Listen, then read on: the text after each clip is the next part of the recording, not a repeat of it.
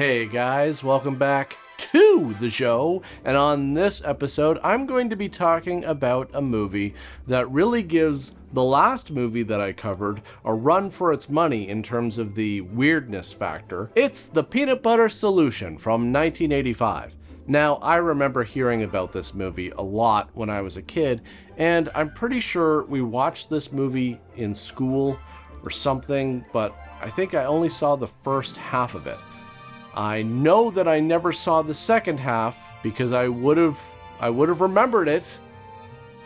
Yeah, the kids being forced to work in a sweatshop, I don't think I would have forgotten that. One of the things I find really interesting about this movie is the impact that it had on people, especially around my age. The other day, I actually sent out a bunch of messages to my friends asking them if they remember the movie. And the answers I got were either they totally remembered the movie because of how bizarre and weird it was, or they've never heard of it before. One of my friends even responded with, and I'm quoting here, "What the hell is that?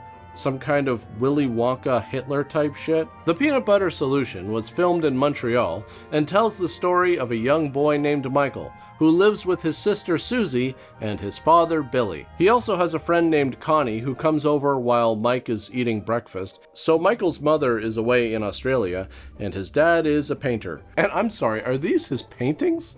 Because if they are, we might have a problem here.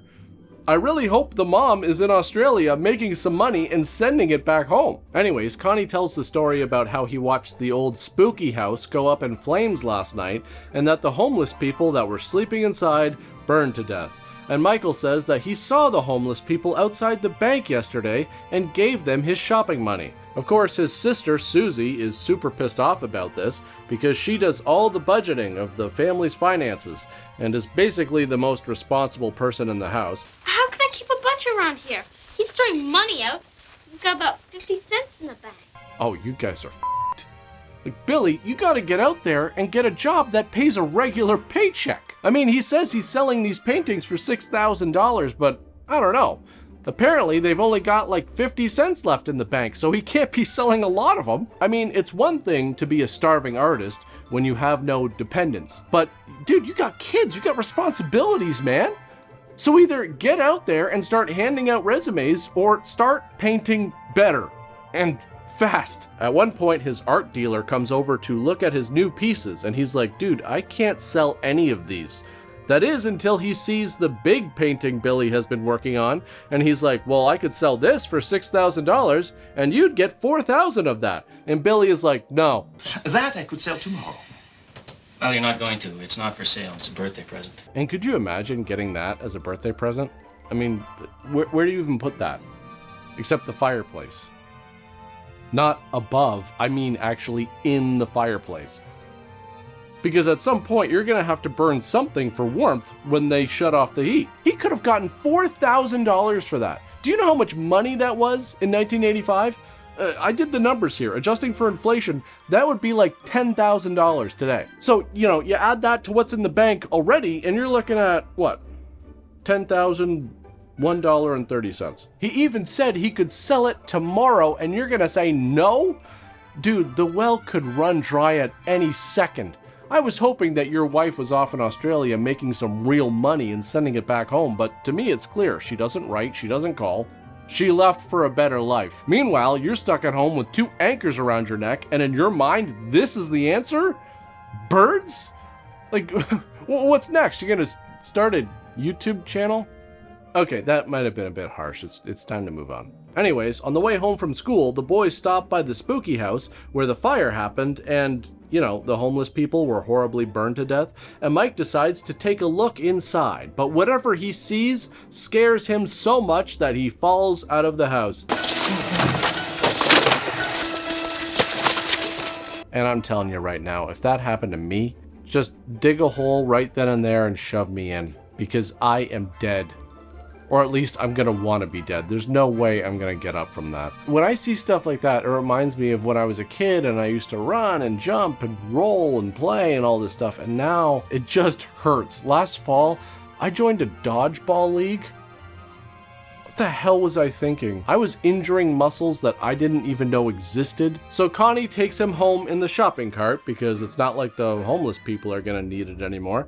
And the next day, Michael wakes up and comes downstairs where everybody discovers that his hair is completely gone. Michael doesn't even realize he's bald because I guess they don't have any mirrors in this house. That's okay, maybe his dad can paint him a portrait real quick. Okay, so I'm sorry, that's enough. I'm done making fun of Billy. So Billy decides to take him to the doctor because he has no idea what else to do. And I'll be honest with you, I would have no idea what to do either. I had hair the last time you saw me. Don't you remember? The doctor isn't the reason you lost your hair. It's not his fault. In fact, he's the one you're going to for help. So maybe you could be a little nicer about it. So the doctor is like, yeah, looks like you lost your hair because of fright. That sucks, man. So Billy and Susie decide to help Mike by sneaking up on him, holding him down, and putting a wig on his head. It's for your own good we're doing this, you silly kid. Do you want to stay in the house for the rest of your life? I mean, what is he, the Elephant Man all of a sudden? What, he can't go outside because he has no hair? Why? I look disgusting! Disgusting! People will probably just assume that you have cancer. And I'm not saying that you should go out there and lie. I'm just saying that if you play your cards right, you might get some special treatment out of this. Maybe even some money, which, look, based on your family's current financial situation, they might be okay with. I'm not saying that I would be, I'm not. I'm just saying they might. Or maybe the other kids will be afraid of you because maybe you can convince them that you have some kind of a power. You know, like that guy in that movie, Powder. What, could he like shoot lightning or something? I don't know, I never saw it. Anyways, the ghosts of the homeless people show up one night and they're like, yeah, hey, since you gave us some money back when we were alive, we're going to give you a recipe to grow your hair back. But don't use too much peanut butter or else something bad will happen. So Mike mixes up this concoction of, I don't know, a rotten egg, dead flies, a bunch of other crap, and peanut butter, and starts putting it onto his head. But it's too runny, so he adds some more peanut butter to thicken it up. So the next morning, he wakes up and washes it off. And first of all, how the hell did that stuff stay on his head throughout the night? Wouldn't that rub off pretty much immediately? And forget just the case, I think you would have to throw out the entire pillow the next day because there's no way you're getting that smell out. And also, this is kind of off topic, but my god, that shower looks like something out of a Saw movie. And why are there so many dials? Well, maybe that's part of the Saw movie. Like, you know, one of them releases water, the other one acid, and then another one, I don't know, bees. Anyways, his hair starts growing like crazy, and then Connie comes over. Mike tells him what happened, and Connie then wants to put the stuff on his pubic region. And I'm not making that up, by the way. That's seriously what happens. And I think this sequence of his hair growing back was actually one of the first things that they shot. Every other scene in this movie where he has hair, even in the beginning, it's a wig. And for this sequence, I think they just shot it backwards and cut his hair more and more between stages. Anyways, his hair keeps growing, and by the time he gets to school, he's basically like a young Jim Morrison. And the problem now is that his hair won't stop growing, so Connie has to cut it during class, and of course this pisses off his teacher, so much so that he tries to kick him out of class. Please let me stay. I want to be educated. See, now this might be the most unrealistic thing in the entire movie. The kid begging to stay in class because he wants to be educated, and the rest of the class applauding that. So the principal is like, hey, you gotta stop cutting hair in class. The snipping is just too distracting. I'm sorry, boys. The snipping is too distracting. I've had 3 teachers tell me today they'll resign if you go back in their classes. Do you know what that means? That means they're gonna quit.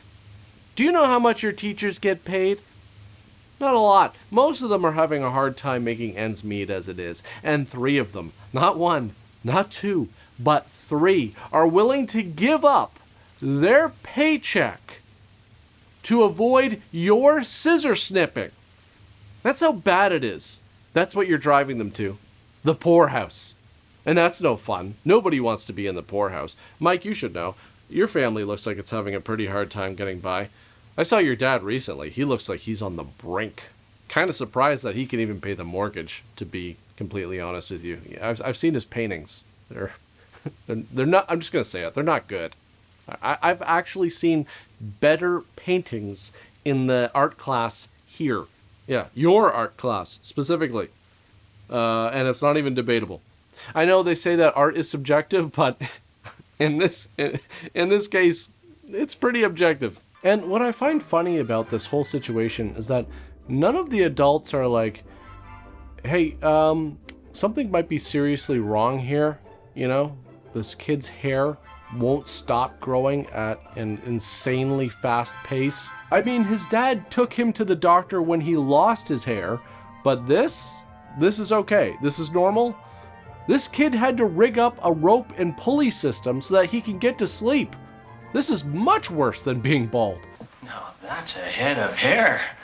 Well done, son. So the principal is like, hey, Connie, side note, you gotta figure out your pube situation, man. This is just disgusting. And at one point, Connie actually does figure it out. He just tells his hair to stop growing, and it stops.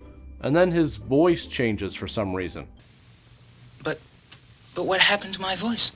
Okay, so after this, his voice goes back to normal, and this just never comes up again. The thing about this movie is that it has a very weird story, obviously, but it doesn't plateau in terms of weirdness. It keeps adding on to it. I've mentioned this before, but I feel like kids' movies were different in the 80s. Some of those movies had some really dark aspects to them, and some of them left a real emotional impact from either being really sad or frightening by tapping into childhood fears. One of the fears I had growing up was the fear of being kidnapped, and for some reason I feel like I saw this a lot in the movies I watched when I was growing up. Maybe it's just because those movies stuck out to me because this is such a big fear of mine, but this movie has it as well. At one point in the movie, Michael and his hair leave for school, but it's windy.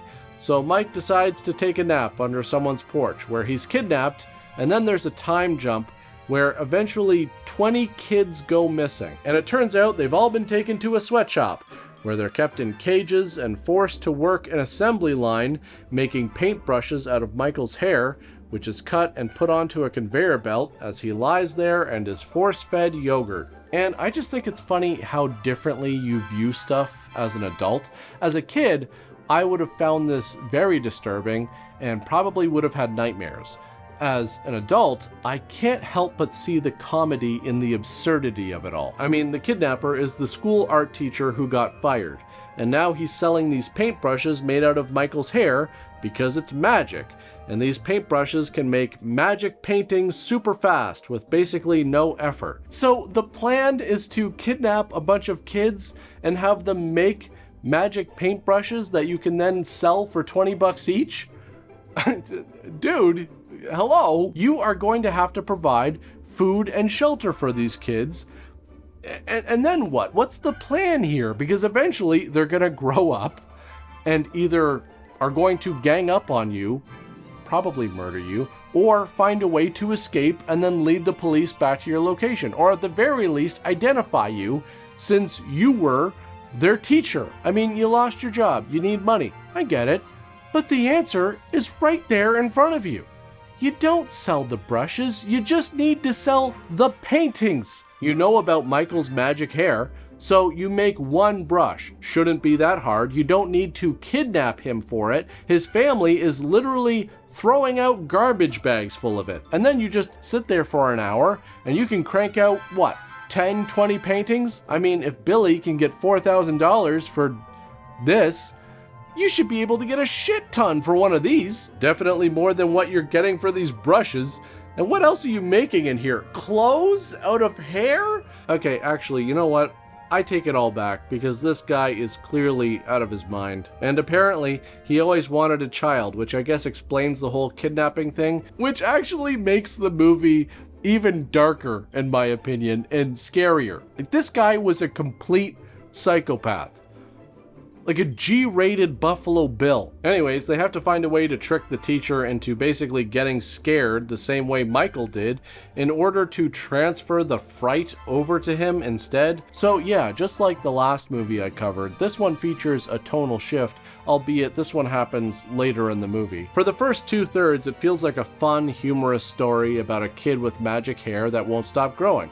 But then it shifts into more of a super dark fairy tale with kidnappings and sweatshops and kids being chased by Walter White. It's no wonder it's often mentioned when discussing 1980s Kindertauma Cinema, movies that were made for kids but were nightmarish and bizarre enough to leave lasting impressions on young minds. Now, this movie premiered in Canada on December 4th, 1985. It had a limited run in the US in 1986, but once it was released on home video, it gained a cult following and became notoriously hard to find later on, with the VHS tapes becoming collector's items in the 2000s. This is another case where I would only really recommend this movie to those who are really into weird movies. It's not what I would consider a good movie, and I really have no interest in watching it again, but I do find it to be fascinating in the sense that it's so weird and bizarre that it kind of exists as this fever dream memory for those who saw it at a young age.